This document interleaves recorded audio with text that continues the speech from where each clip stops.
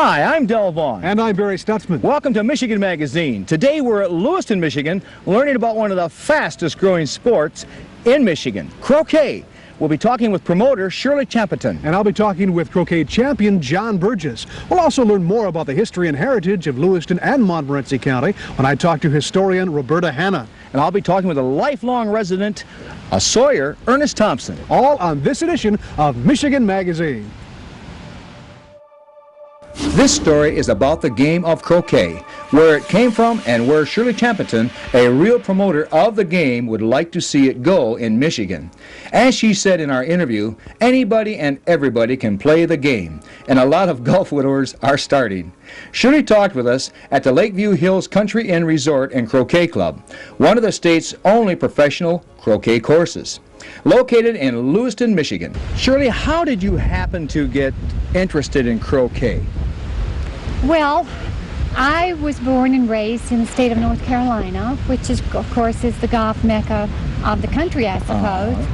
And in growing up, I've always watched the golfers and the croquet players, and it's always been a game of fascination. I never took the time to take it up at that time, but what a setting for croquet.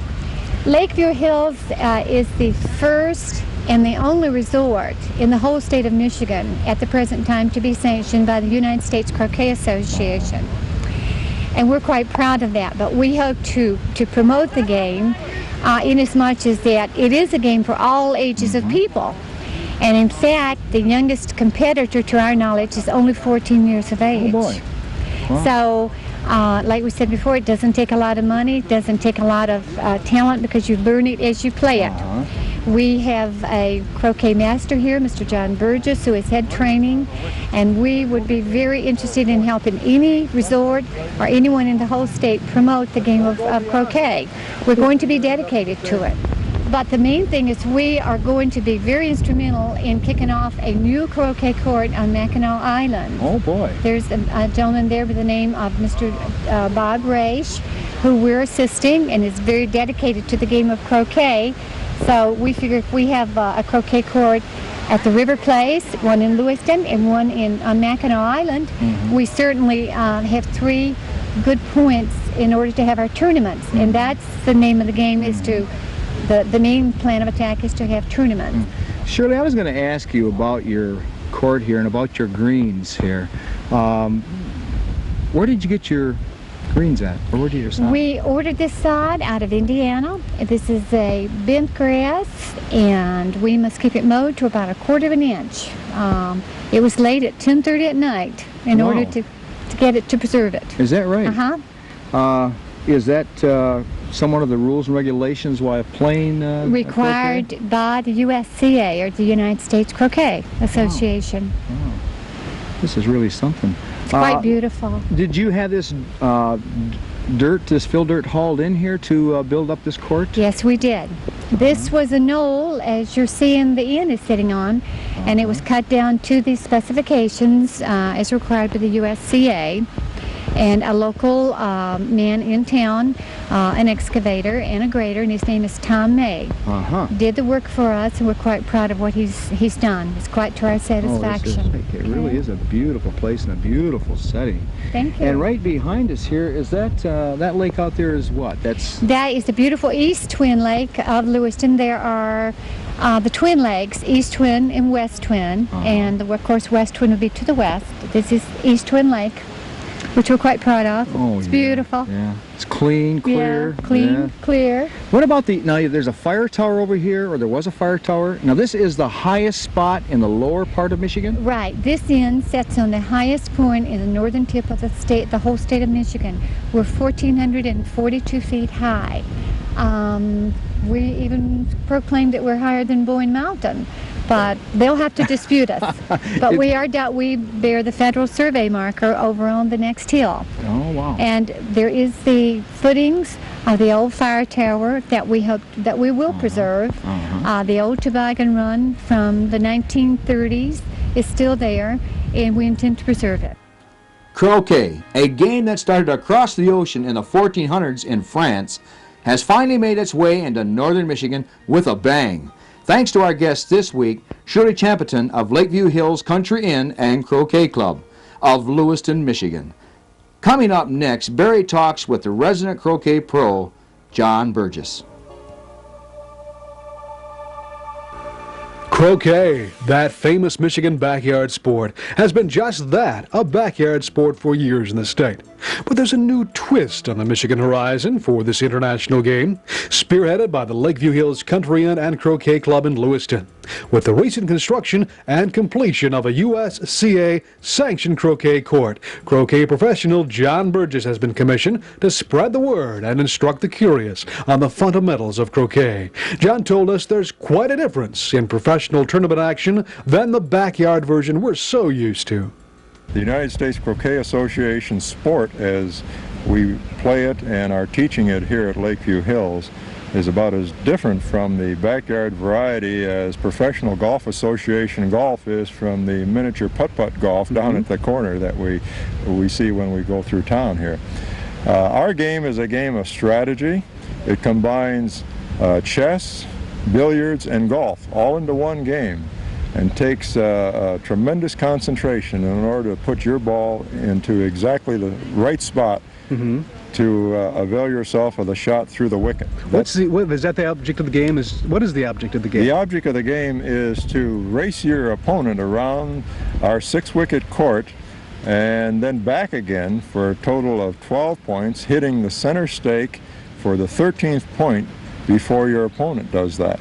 And we play the game in what is called singles, where each player has 2 balls, 2 players, or doubles, where 4 players each have their own ball, and we play in doubles. We play in partners when we do that. How big do we want it to get in Michigan as far as competitive now? Where is it now, and where is it going to be in Michigan, would you say? Well, it's in its infancy stage right now in the state of Michigan. Lakeview Hills is the only USCA-sanctioned resort in the state of Michigan offering to the public croquet on the really international level, because the croquet we're playing here can be played by croquet players from England, New Zealand, Australia. Our court is of the international size. It's 84 by 105 foot of pen-cross bent grass that we imported over 400 miles from Indiana to make this court. We have set it up so that is a Class A court, so that we will qualify for tournament play on a national level right here in the United States. And so we hope to attract players of high rank within the USCA to come to our facility and see what we've got in this beautiful setting here. Oh, it is gorgeous. Let's go over some of the pieces of equipment here. Now, this is not what you call a club. What is this called? This is called a mallet. A mallet, as compared to a golf club. That's right, a mallet. And, of course, the balls. And what do we have back here? Some other parts. This is the infamous wicket, is it? Or what is this? This Isn't is that the infamous see how much I know about it. Piece of cast iron that we hammer into the ground before we put these 6-pound wickets in the ground. Our equipment right here that you're seeing was manufactured by Jacques & Son of London, England, the oldest manufacturer of professional croquet equipment in the world. So this is Class A equipment that we're using right here. I see. Now, the croquet's been around for quite a while. In the United States, it's been, what, 120 years it's been in the United States, or something like that? Well, it's been in the backyard variety in the United States for quite a few years, since about the mid-1800s. But it's only been since 1977, when the United States Croquet Association was formed, that croquet, the 6-wicket variety as we see it here, has really begun to become popular. Now, this is going to draw many people that normally wouldn't be in the northern Michigan area, I would say, as far as tournament action comes. Oh, this is true. This is true. I've had conversations with people in Florida, from the southern states, New England, soliciting their advice in setting up our court here, and all of these people are either officers in the United States Croquet Association or are top-ranked players. and they've all expressed a desire and interest to come and visit us, and I expect that to be happening very soon. And if anybody has any questions about the world of croquet, I'm sure they can get a hold of you here at the Lakeview Hills Country Club. I'd be happy to talk to anybody about croquet at any time. Sounds very good. Thank you very much, John, for helping us out on Michigan Magazine on a new alternative to sports here in Michigan. Ernie Thompson has lived in Lewiston, Michigan all his life and has been a Sawyer for over 57 years. He has seen a lot in his day, changes from the old steam locomotive to our present fast hustle and jet speed travel. Ernie told Michigan Magazine of days gone by, and including a rather intriguing incident of a runaway locomotive that ended up in the bottom of Twin Lake. Ernie tells us his version of what may have happened. My brother, he worked in the sawmill, and so did my dad. And he always said they wondered because they never found the guy that was running the locomotive. And they wondered, did the brakes give out and he jumped it on high ground and let it go? Or was he mad at somebody and started it and got out and beat it? Because they never found it. They never found the guy. No. And the guys riding the flat cars, they rode the flat cars, and when they got over the water, they would trip the chain and dump the logs off. And those guys, when they see what was going to happen, they jumped it. They all made it except one. One guy drowned. Oh boy. But at least them guys, they all found. But the guy running the locomotive, they never found. Never found him. Whether he got under the locomotive when it went out or what. And about 20-some years ago, there was 2 divers came through. They were looking for logs. They went through West Twin, and they said not too many logs there. They wanted to sell me the logs, take them out of the lake and sell them to me. I was buying logs at that time. Then they went through East Twin, then they come here, and they said, what is that pile of junk down there? And they was describing it, those little flat cars that haul logs. They put a name on them, and I couldn't understand what they had. Finally, they said there's a lot of chain attached to them. I said, do they look like little flat cars with steel wheels? They said, yeah. And they said there's a locomotive in there, too, in amongst that pile. And they run across it by mistake. Is that right? And I tried to find out where exactly, but they were strangers here, and they didn't know no cabin or anything they could go by. And they said, well, it's kind of on the east end of the East Twin. That's the best they can get out of them. In fact, I don't think they wanted to tell me. Is it somewhat pinpointed where the train would be, or I mean the locomotive, or are they going to try to find this locomotive? Or? Yeah, they're going to try and find it, but I think there's 2 trestles in there. There's one they followed pretty good all the way through, but then there's another one west of it, and that's in deeper water. What will happen if you find it? Are they going to try to get it out of there? Yeah, they're going to try and get it out. Oh boy, that'll be some job. Who's going to do that, or how are they going to tackle that? Well, they figured they would float it towards shore, and then a big crane pick it out. I see. Are they going to try to get this ready for the centennial? Yeah, I wish they could. What did the guys do for their leisure during these days of the lumbering area here? What did you really want to hear that story? Well, the camps around, somewhere within 2 or 3 miles of town, they usually had about 30 guys working in each camp. And there were 7 saloons and 7 hotels. You wonder what the hotels were for. They worked 6 days a week. Saturday night they got paid. Then they'd walk in town. And they got $1 a day. $1 a day. For working and board in the camp. Then they would drink quite a while. If they found a woman, fine. They'd stay overnight. Yeah. And walk back to camp next day, sober up. The following weekend, the same thing again. Yeah. So they're pretty hardy guys, weren't they? Yeah. Pretty hardy people. Yeah. It was a pleasure meeting and talking with Ernie Thompson, a man with stories to tell about years gone by, when Lewiston was a hub in the lumbering era. Many people are interested in the heritage and past of their community, but it's rare indeed to find an individual such as Roberta Hanna of Lewiston, who takes such an active part in preserving the rich memories of Lewiston and Montmorency County. A trip to her home on beautiful Twin Lake will find plenty of area artifacts she's storing for posterity. Roberta's efforts in preserving the Lewiston legacy have resulted in the publication of the Lewiston Story and Montmorency County Notes.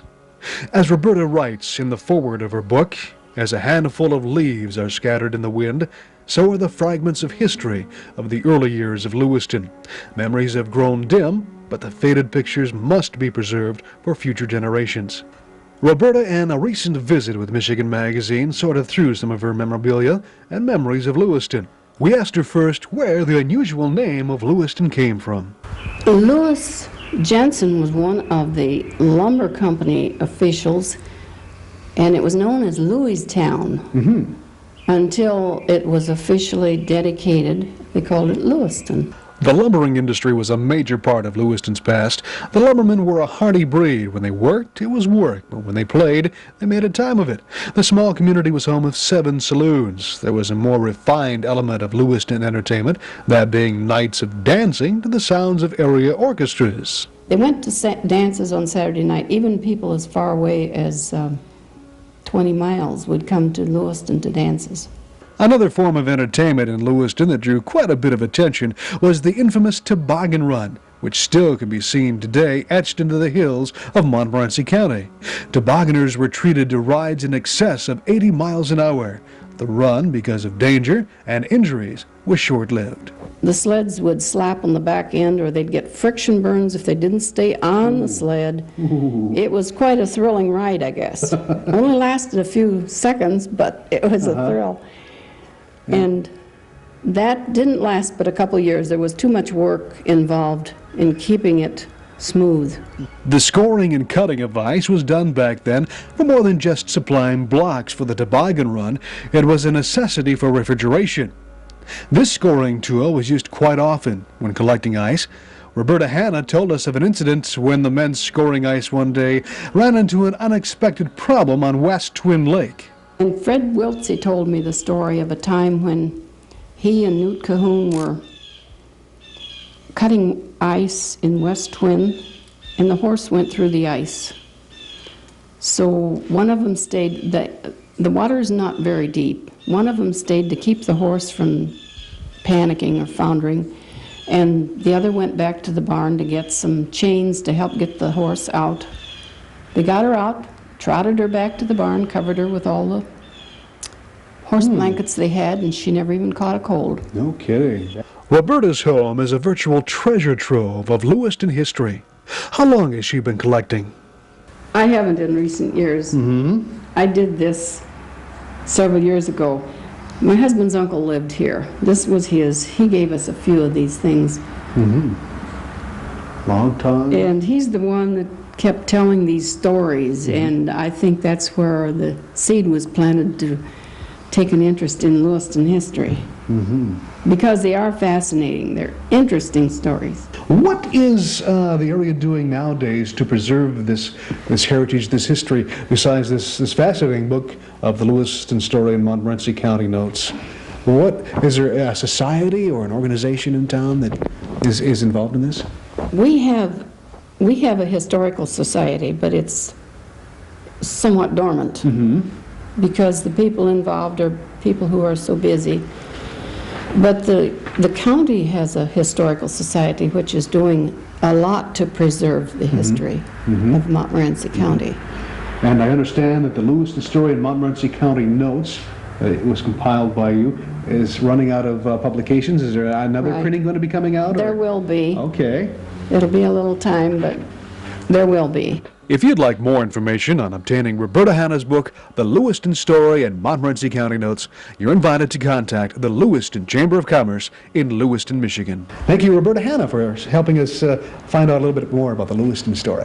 Well, thanks again for joining us on this edition of Michigan Magazine. We'd like to thank Shirley Chapoton, a promoter of croquet, and also pro croquet champion John Burgess. We'd also like to thank area historians of the Montmorency and Lewiston area, Ernie Thompson and Roberta Hanna. If you've got a suggestion or comment or question about Michigan Magazine, get a hold of us. Write Michigan Magazine, Box 503, Rose City, Michigan, 48654. We hope to see you again on the next edition of Michigan Magazine.